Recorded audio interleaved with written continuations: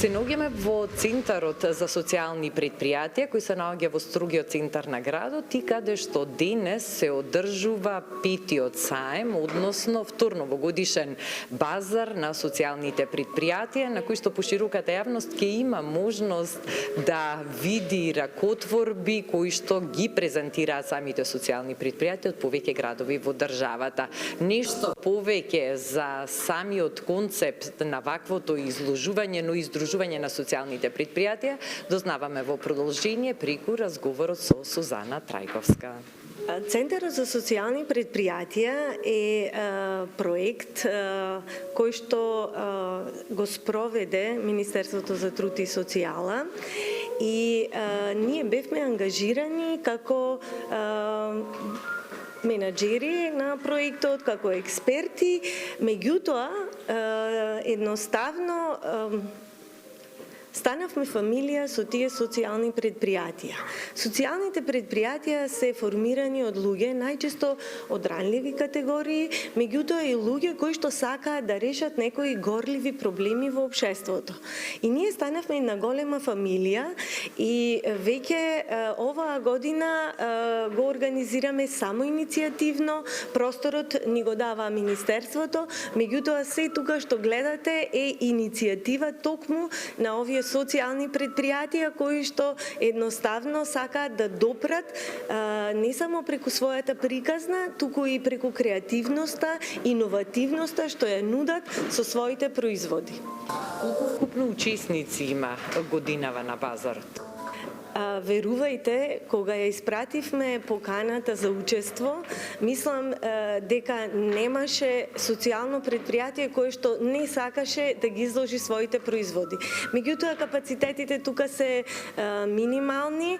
Ние имаме околу 15 изложувачи годинава, со оглед на тоа што сега Министерството е за социјална политика, демографија и млади. Прв пат вклучивме и училишни компании и едноставно сакаме таа нишка на социјална мисија, на решавање на општествени проблеми, на реинтеграција, на еднаквост, да ја всадиме и кај младите и да видат, да се здружат со постоечките социјални предпријатија, да направат некакви заеднички активности, а ние како организации да им помогнеме во целата таа имплементација и да ги направиме препознатливи на пазарот. Денеска гледаме тука учесници излагачи од повеќе градови од Македонија. Може да се каже практично дека Македонија во мало е собрана тука. Така, јас сакам да се заблагодарам на учесниците од Богданци, од Македонска Каменица, од Македонски Брод, од Велес, од Прилеп, едноставно и секако од Скопје, од Зелениково. Значи, направивме еден мозаик од сите социјални предпријатија кои што се застапени тука во Македонија, се со цел да ги опфатиме сите. Верувам дека сите ќе бидат, ако не изложувачи, гости, затоа што во текот на денешниот ден ќе имаме видни личности од институции, од амбасади кои што исто така ги поддржуваат социјалните предпријатија.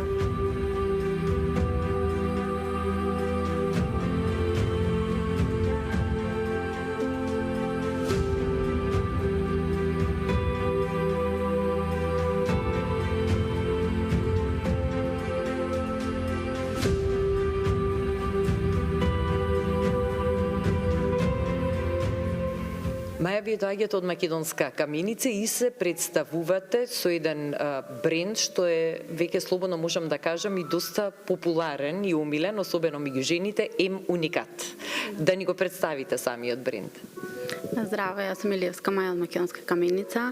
Со плетење се занимавам од мала, тоа ми е хоби. Веќе една година сум како бренд М Уникат и овде на овој базар учествувам прв пат. Мило ми е што сум поканета и ова е од големо значење за нас што изработуваме вака рачни изработки, да можеме да се представиме пред поголем број на публика.